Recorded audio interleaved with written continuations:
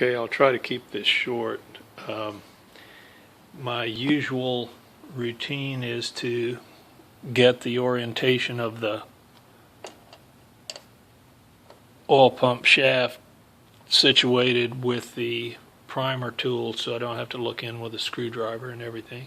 I've got a mark on the tool so I can see which direction it's pointed. Just for this purpose, we can look over in the and you can see the orientation of the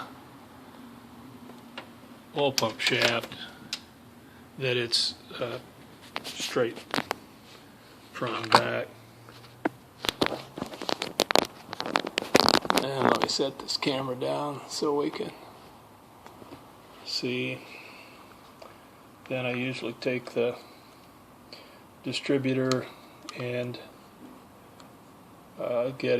set it off 20 degrees or so, one tooth, so that when it turns on the cam it'll drop in and line up with the oil pump shaft.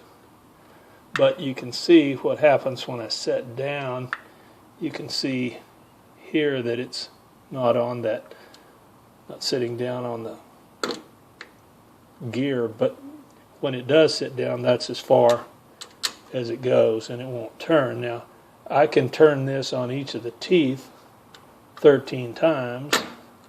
See, there's 1, 2, 3, 4, 5, 6, 7, 8, 9, 10, 11, 12, 13, back where I started.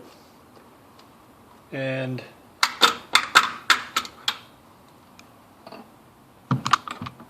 you can look in here and see that nothing has changed on the orientation of the pump shaft, because that shaft hasn't been engaged by the distributor shaft, because it hasn't gotten down. It hasn't slipped past the gear,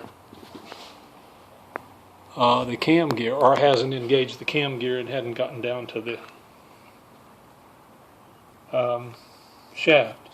So, but if I set this back in with that still, and I'll offset that a little bit, but if I set that there and I bump it,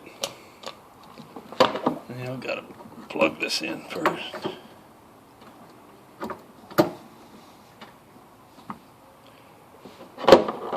When it's bumped, it drops in, and you can turn this. You can see it's working on the gear. It's set down on that gear, and that works back and forth when you turn it on the gear. But if you pull it up far enough to clear that gear, it won't go back down. And it's not the